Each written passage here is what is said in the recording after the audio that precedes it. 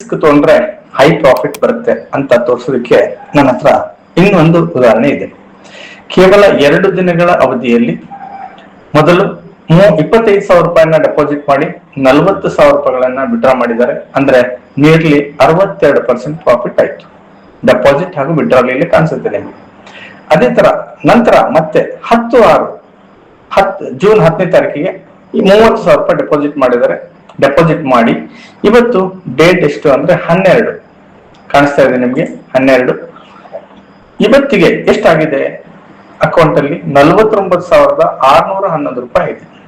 ಅಂದ್ರೆ available for withdrawal 49,611 ರೂಪಾಯಿ. ಅಂದ್ರೆ ಸುಮಾರು 19,611 ರೂಪಾಯಿ ಈ ಅಕೌಂಟ್ ಅಲ್ಲಿ ಪ್ರಾಫಿಟ್ ಆಗಿದೆ. ಪರ್ಸೆಂಟೇಜ್ ಅಲ್ಲಿ ನೋಡಿದ್ರೆ ಎಷ್ಟಾಗಿದೆ? 65% ಪ್ರಾಫಿಟ್ 2 ದಿನದಲ್ಲಿ ಆಗಿದೆ. ಅಂದ್ರೆ ಸುಮಾರು ಇಲ್ಲಿ ಈ ಅಕೌಂಟಿನಲ್ಲಿ 7ನೇ ತಾರೀಕಿನಿಂದ 12ನೇ ತಾರೀಕಿನವರೆಗೆ ಅಂದ್ರೆ ಒಂದು ವಾರದಲ್ಲಿ ಸುಮಾರು 120% ಪ್ರಾಫಿಟ್ ಈ ಅಕೌಂಟ್ ಅಲ್ಲಿ ಆಗಿದೆ. ನೀವಿಲ್ಲಿ ಅಕೌಂಟ್ ಯಾರ್ದು ಅಂತ ನೋಡ್ಬೋದು. ಹಾಗೆ ಟ್ರಾನ್ಸಾಕ್ಷನ್ ಸಹ ನೀವು ನೋಡ್ಬೋದು. ಟ್ರಾನ್ಸಾಕ್ಷನ್ ಅಲ್ಲಿ ನೋಡಿ 7/6 ಡೆಪಾಸಿಟ್ ಮಾಡಿದ್ದಾರೆ ಫೋನ್ ಪೇ ಮುಖಾಂತರ 25,000.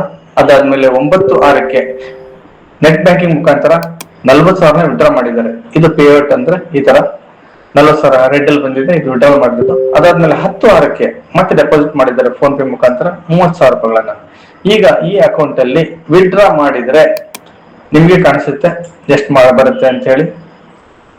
49,611 ರೂಪಾಯಿ ಈ ಅಕೌಂಟ್ ಅಲ್ಲಿ ವಿಡ್ರಾ ಮಾಡಬಹುದು. ಅಂದ್ರೆ ಸುಮಾರು 65% ಪ್ರಾಫಿಟ್ ಮಾಡಿದೆ ಈ ಅಕೌಂಟ್ ಅಲ್ಲಿ.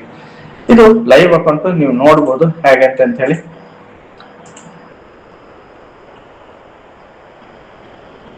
ಕಾಣಿಸುತ್ತೆ ನಿಮಗೆ ಇದೆಲ್ಲ live account.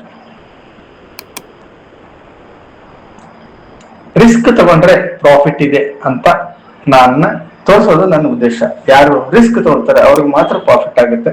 Some time loss ಸಹ ಆಗ್ಬೋದು. ಅದಕ್ಕೆ ನೀವು ರೆಡಿ ಇರ್ಬೇಕು ಅನ್ನೋದು ನಂದು ಒಂದು ಉದ್ದೇಶ. ಮತ್ತೆ ರಿಕವರಿ ಮಾಡ್ಬೋದು.